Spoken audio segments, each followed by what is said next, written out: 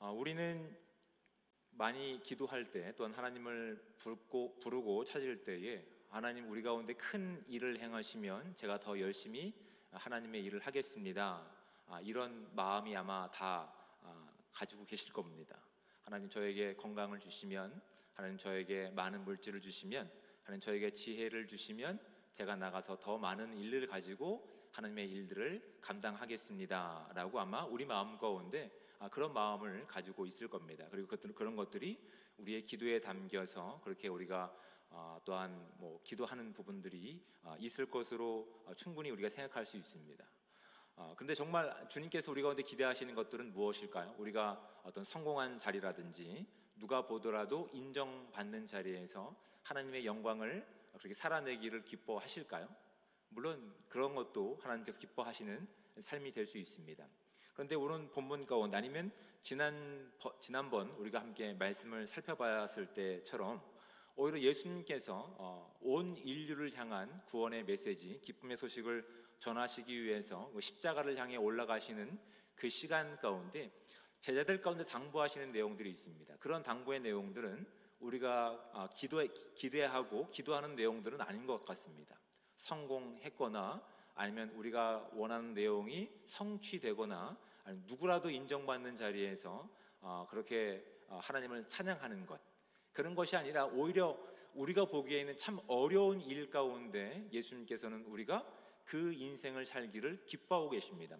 17장에 나와 있는 내용에 보면 어떤 것이냐면 우리를 실족해 만드는, 우리를 분노하게 만드는 사람들을 용서하라고 합니다.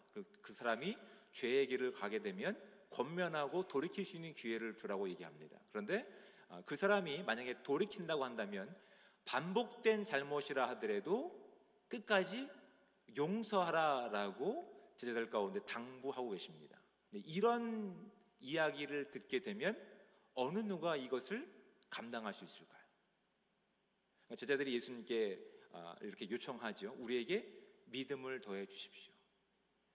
그러니까 우리가 기대했던 방식 가운데 우리가 성공하거나 아니면 꽤 괜찮은 자리 가운데서 그리스도의 영광을 살아낼 수 있습니다.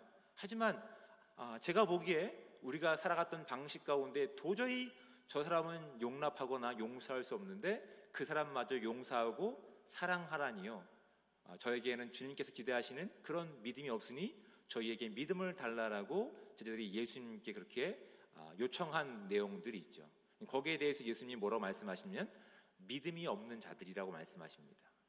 너희에게 겨자씨만한 믿음이 있더라면 너희들이 내가 원하는 내용들을 능히 할 수 있다라고 말씀하십니다.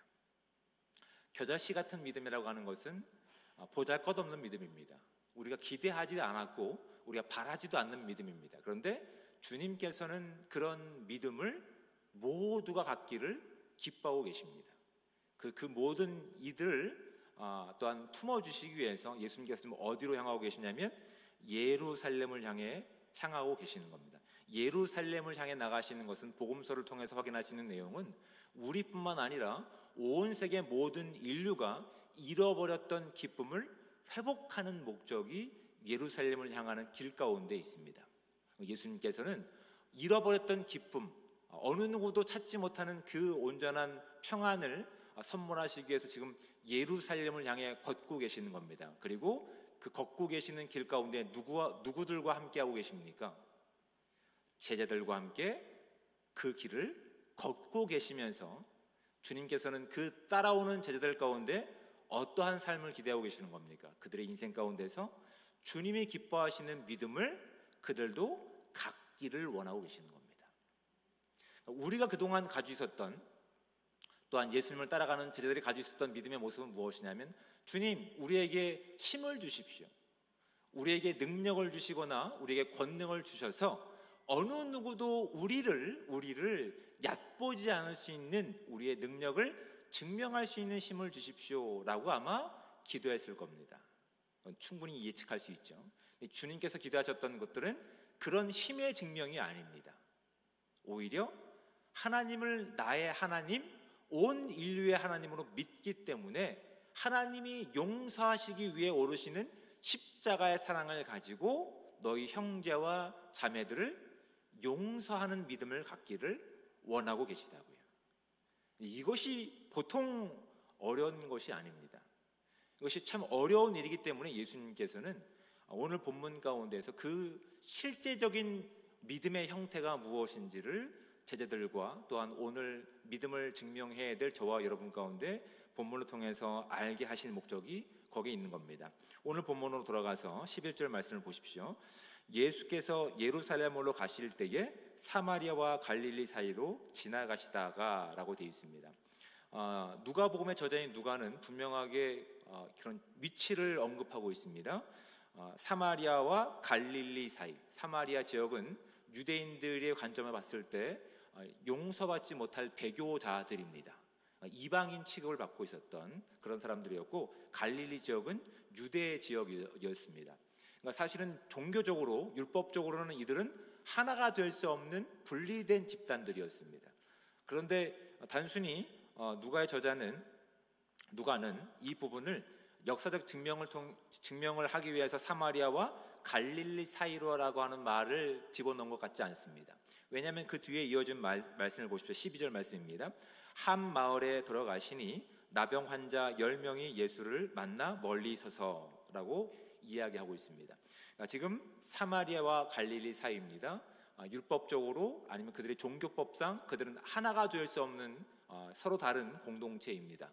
그런데 지금 그 사이에 있는 한 마을입니다. 이 마을은 유대인 중심의 마을이었을까요? 사마리아인 중심의 마을이었을까요? 네. 본문에 답이 있습니다.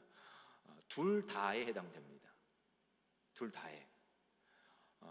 오히려 그들은 결핍이 있었습니다. 오히려 그들은 하나님의 긍휼함이 필요한 사람들이었습니다. 그래서 유대인 집단에도 속하지 못하고 사마리아 집단에도 속하지 못하고, 그들은 오히려 율법이 정한 기준에 의하면 저주받아서 하나님께도 인정받지 못한 그렇게 불행한 인생을 살아가는 사람들이 모여 있는 공동체로 우리는 충분히 본문을 통해서 확인하게 됩니다. 그런데 거기는 놀랍게도 유대인이나 사마리아인에 대한 차별이 없습니다.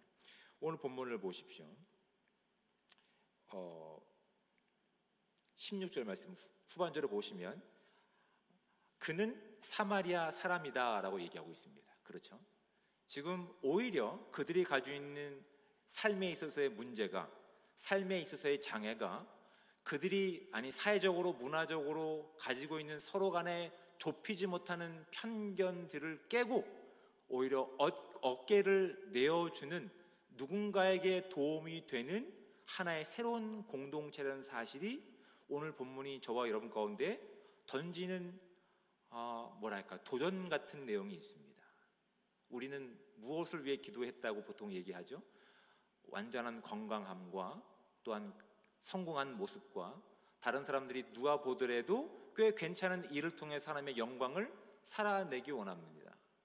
그러면 더 하나님의 큰 일을 하겠습니다라고 얘기하고 있지만, 그렇게 얘기하고 기도하는 사이 가운데 우리의 주변을 한번 바라보시기 바랍니다. 우리의 주변에 누가 있습니까? 우리와 이웃된 사람들이 누굽니까? 우리와 친구된 사람들이 누굽니까? 꽤 괜찮은 성공한 사람들은 아닙니까?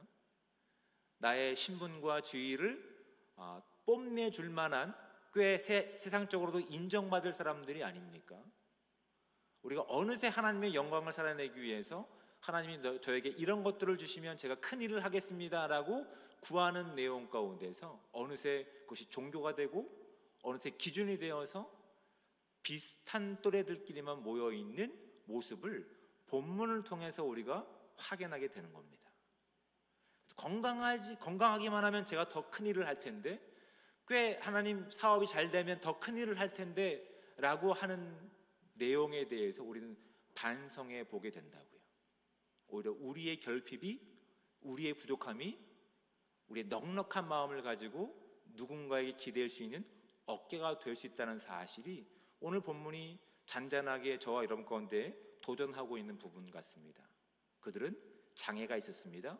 인생에 한계가 있었고 굴곡이 있었고 어려움이 있었습니다. 삶의 결핍이 늘 따라다녔습니다.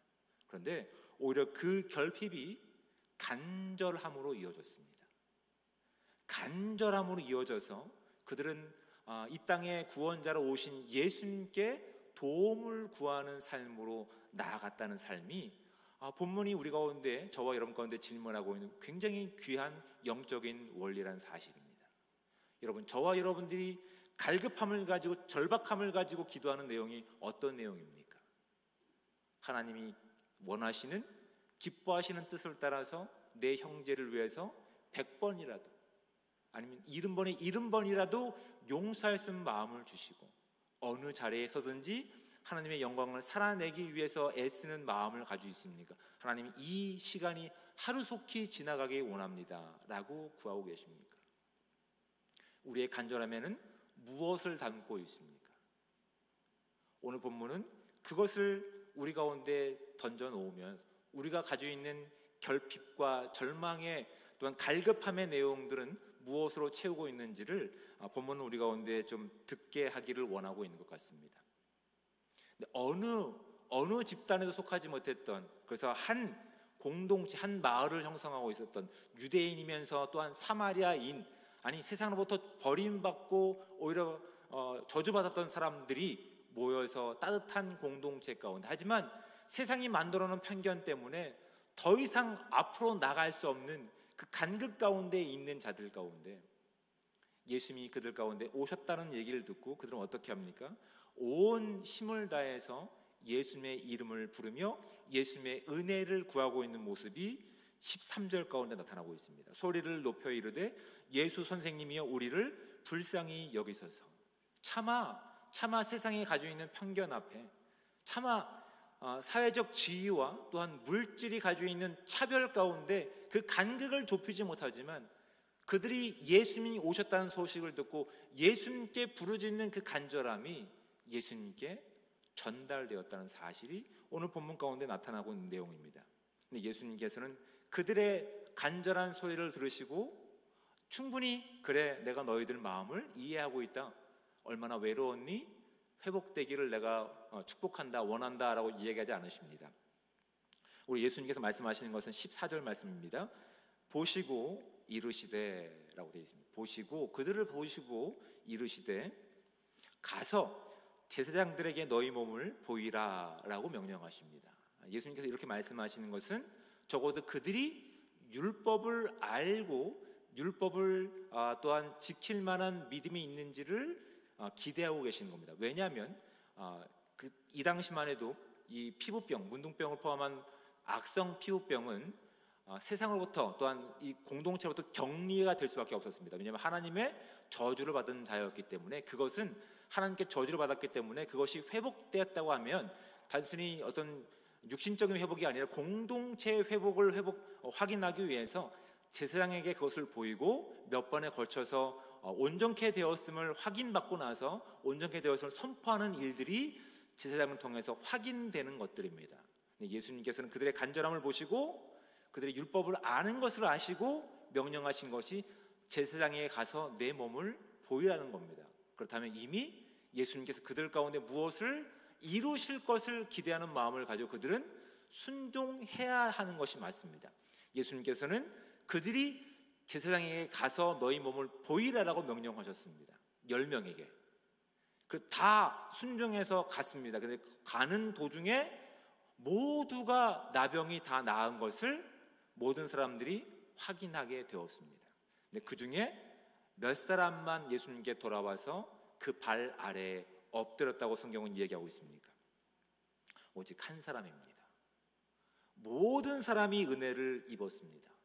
모든 사람이 예수 그리스도만이 소망이며 희망임을 그 마음 가운데 간절함을 가지고 있었다고요.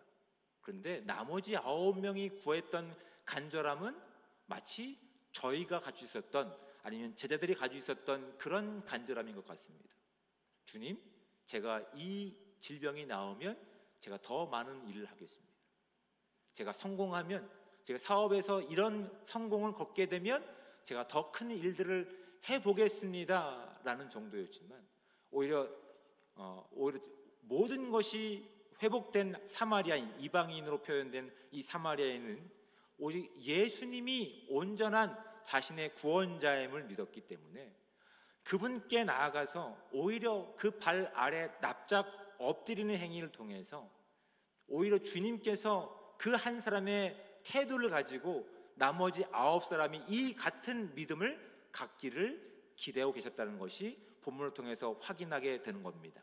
그러면 이 본문을 통해서 우리가 확인하게 되는 것은 이 한 사람, 용서받아서 예수님 발 아래 엎드린 사람은 과연 예수님을 어떻게 이해하고 있느냐라는 부분입니다. 이 사람은 예수님을 어떠한 이해로 이해하고 있는지를 한번 보시기 바랍니다. 첫 번째, 이 사람은 이렇게 예수님을 이해하고 있습니다. 예수님은 은혜를 베푸시는 분이십니다. 믿으십니까? 예수님은 은혜를 베푸시는 분이십니다. 그런데 이 사실은 이 사람만 아니라 9사람도 마찬가지였습니다. 그렇죠? 두 번째는 이겁니다. 예수님은 불가능이 없으신 분이십니다. 믿으십니까? 이 한 사람은 그렇게 믿었고 나머지 9사람도 그렇게 믿었습니다. 마지막 세 번째가 차이가 납니다. 이 사람은 예수님만이 영광 받으실 유일한 분임을 그 인생 가운데 고백하고 있는 겁니다. 나머지는 간절함이 있었고 또한 예수님께 대한 간절함을 호소했지만 그들의 목적은 예수 그리스도를 높이는 일이 아닙니다. 내가 이것이 회복되면 더 많은 일을 하겠습니다 라고 스스로 이야기하고 있지만 정작 그것이 이루어지자 그들의 목적이 무엇이었습니까? 하나님께 영광 돌리는 것이 아니었습니다. 그들의 목적은 성공하는 것이었습니다. 그들의 목적은 회복되는 것이었습니다. 그들의 목적은 내가 다시 공동체 가운데서 온전함을 회복하고 명예를 회복하는 것이었습니다. 그래서 예수님이 어떤 분이신지에 대해서 관심을 두지 않습니다. 예수님만이 유일하게 영광 받으실 분이라는 사실에 대해서 어느 누구도 반응하지 않고 그들은 아마도 제사장에 가서 그 모든 이런 질병의 문제가 해결되는 것을 선포하고 확정받고 아마 즐거워하는 것으로 끝나고 고향으로 돌아가거나 가족으로 돌아가서 내가 어떤 일을 이루었는지를 자랑했을 겁니다. 여러분, 우리의 인생 가운데도 여러분 오히려 우리가 기도해야 되는 바른 자세를 우리의 신앙을 통해서 말씀을 통해 점검할 수 있어야 됩니다. 우리에게도 늘 하나님은 궁핍함과 간절함의 시간들을 주십니다. 근데 우리는 그것이 목적이 되어서는 안 됩니다. 그걸 통해서 무엇을 바라보길 원하는 것을 주님께서 기뻐하실까요? 오히려 우리가 병이 낫지 않는다 하더라도, 우리의 기도가 응답되지 않는다 하더라도 주님은 영광받기에 유일하신 분이십니다. 오히려 우리가 기도할 수 없고 기뻐할 수 없고 찬양할 수 없는 상황이지만 하나님이 우리에게 은혜를 베푸시며 불가능을 가능케 하실 분을 내가 끝까지 포기하지 않기에 저는 어떠한 상황에서도 주님을 예배하는 삶 살기를 원합니다. 이 믿음의 고백을 주님께 듣기를 기뻐하고 계시는 겁니다. 그래서 사도 바울도 로마서 8장에 보면 이렇게 이야기합니다. 나는 궁핍에 처할 줄도 알고 비천에 처할 줄도 알고 일체의 비결을 배웠다라고 얘기하는 겁니다. 우리의 기도에 담겨있는 내용과 지금 예수님께서 기대하시는 기대의 내용이 분명히 다르다는 사실을 말씀을 통해서 확인하게 됩니다. 그래서 그는 예수님이 어떤 분이신지를 분명히 알았기 때문에 그분께 돌아오는 것이, 그분께 나와 엎드리는 것이, 그분의 영광을 살아내는 것이 나를 치유해 주시는 하나님의 이름을 드러내는 것임을 그는 분명히 알았던 것이죠. 그래서 다른 9명의 사람들처럼 과거의 습관이나 과거의 삶을 따라가지 않았습니다. 그는 과거의 삶을 버렸습니다. 그리고 예수 그리스도의 새로운 삶을 선택했습니다. 예수님께서 명령하신 것은 무엇입니까? 제사장에게 가서 내 몸을 보이라 하였습니다. 그렇죠? 근데 이 한 사람만 예수님의 말에 표면적으로 명령하신 말씀에 불순종했습니다. 그렇지 않으십니까? 예수님께서 뭐라고 말씀하셨습니까? 너희는 제사장에게 가서 내 몸을 보이라 하였습니다. 그런데 이 사람은 제사장에게까지 갔습니까? 가지 않았습니다. 보였습니까? 보이지 않았습니다. 오히려 오히려 예수님께서 기대하셨던 믿음이 그에게 있었기 때문에 과거의 삶을 따라가는 것이 아니라 오히려 자신에게 정말 구원을 베푸시는 하나님이신 예수님을 향한 제자의 믿음을 그가 갖기를 원했기 때문에 그의 삶의 방향성을 돌이켜 예수님께 돌아와서 예수님께서 기뻐하시는 믿음의 모습을 보였다고 하는 것이 이 시간 이 본문이 저와 여러분 가운데 크게 도전하는 겁니다. 여러분, 그동안 우리가 신앙의 많은 시간들을 살아왔고 많은 경험을 통해서 하나님의 영광을 살아낸다고 했지만 결국 우리 삶 가운데서 주님이 기뻐하시는 모습이 없다라고 한다면 지금 우리의 삶의 방향에서 우리는 돌이킬 수 있는 결단이 필요합니다. 주님께서는 우리 가운데 큰 믿음을 기대하고 계시지 않습니다. 겨자씨만한 겁니다. 우리가 보기에는 아무 쓸모없는 것 같은 믿음입니다. 그런데 그 믿음은 주님이 기뻐하시는 믿음입니다. 성공하는 자리의 모습이 아니라, 많은 것을 얻은 자리의 모습이 아니라, 아니 오히려 궁핍한 상황에서도 우리가 어떠한 것을 잊지 않는 믿음입니까? 예수 그리스도가 은혜 베푸시는 분이시며 그분은 불가능이 없으시며 우리의 모든 상황에서 영광을 받으실 유일한 하나님을 믿는다고 한다면 우리가 살아갔던, 우리가 추구해갔던 삶의 방식에서 돌이켜 오히려 하나님께 나아갈 수 있는 귀한 은혜가 된다는 사실이 오늘 이 한 사람을 통해서 우리가 도전받게 되는 겁니다. 예수님께서는 그 한 사람이 보인 결단에 기뻐하고 계시는 겁니다. 그리고 나머지 9사람도 이 한 사람과 같이 되기를 기대하고 계시는 겁니다. 이 사람에게 묻습니다. 나머지 9사람은 어디 있느냐? 그 사람도 치유받지 않았느냐? 나머지는 예수 그리스도께 나와서 예배하는 삶, 예수 그리스도를 따르는 삶이 아니라 과거에 자신들이 원했던 삶의 방식을 고수하고 있다는 사실을 보이게 되는 겁니다. 이 한 사람만이 예수님이 보이신 용서와 구원을 진짜 믿은 사람이었습니다. 그래서 그는 지금 무엇을 하기 위해 예수님 앞에 나갔습니까? 감사하게 나아갔습니다.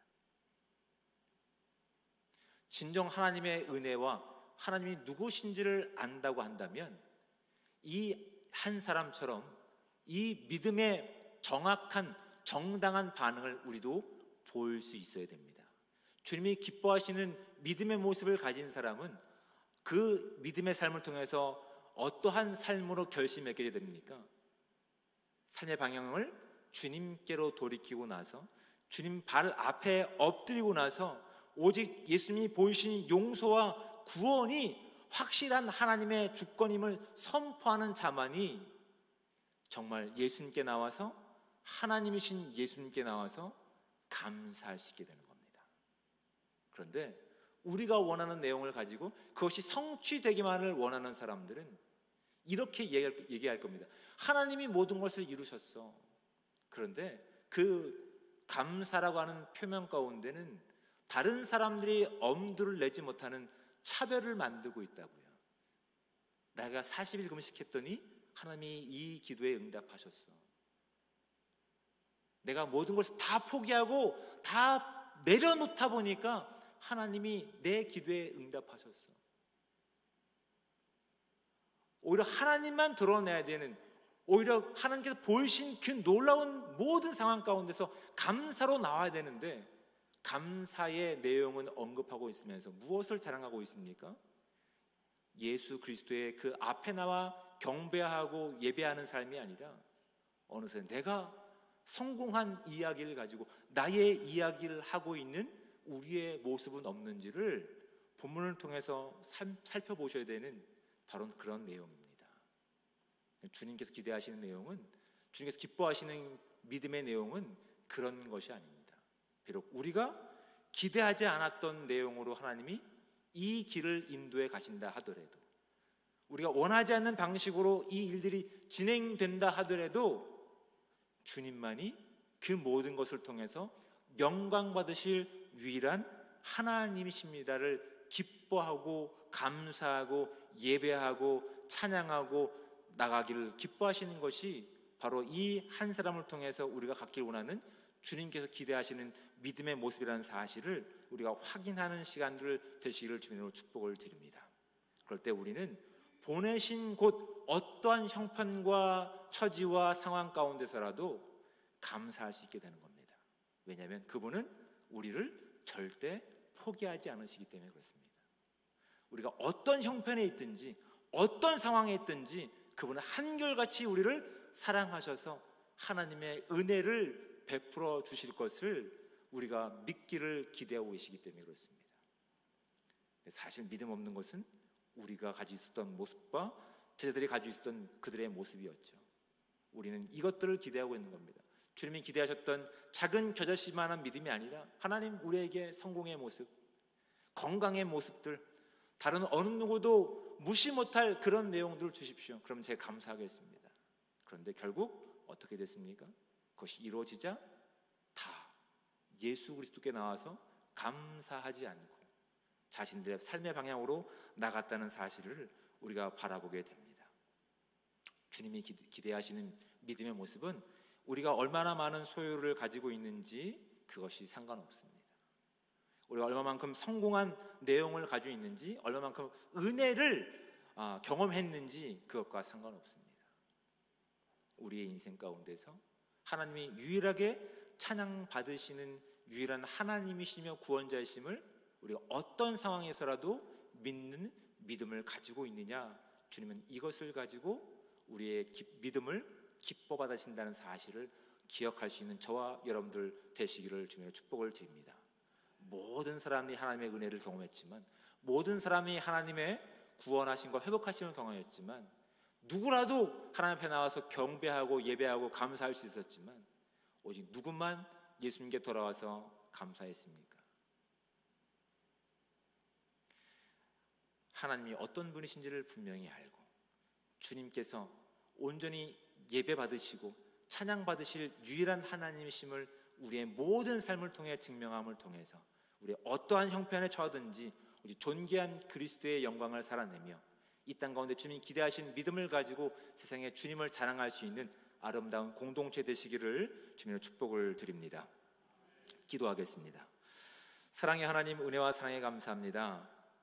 하나님, 주의 은혜를 받을 수 없는 자들이지만 하나님께서 우리를 고아처럼 내버려 두지 않으시고 우리 가운데 은혜 베푸시기 위해 찾아오신 그 은혜 가운데 우리가 궁일함 가운데 온전히 회복되어 또한 오늘 예배자로 설 수 있는 귀한 은혜의 시간들을 주심에 감사를 드립니다.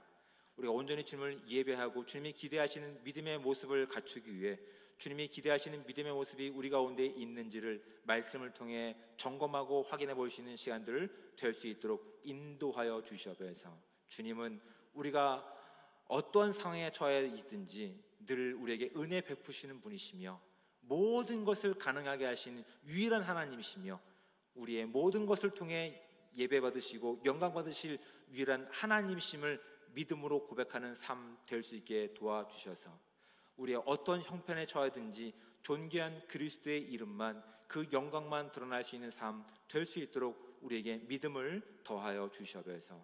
우리가 믿음을 이야기하면서 나를 자랑하는 인생이 아니라 하나님 그 자리 가운데서 포기하지 않으시는 하나님의 손을 우리가 의지하기에 포기하지 않는 주님께서 기대하시는 믿음을 가지고 어떤 형편이든지 주님을 예배할 수 있는 거룩한 예배자의 삶이 될 수 있게 도와주셔서 이 땅 가운데 하나님을 알지 못하는 자들 가운데 우리가 하나님의 사랑을 입은 자들로서 그 하나님을 전하는 삶을 통해 그리스도의 영광을 드러낼 수 있는 아름다운 통로들 될 수 있도록 주여 함께하여 주시옵소서. 주님 우리를 사용하여 주시옵소서. 우리의 무지함과 우리의 교만함도 하나님께서 가장 선한 것으로 바꾸셔서 주의 영광을 살아낼 수 있는 은혜의 삶 될 수 있도록 주여 함께하여 주시옵소서. 모든 것에 감사를 드리며 사랑이 많으신 예수 그리스도의 이름으로 기도드립니다. 아멘.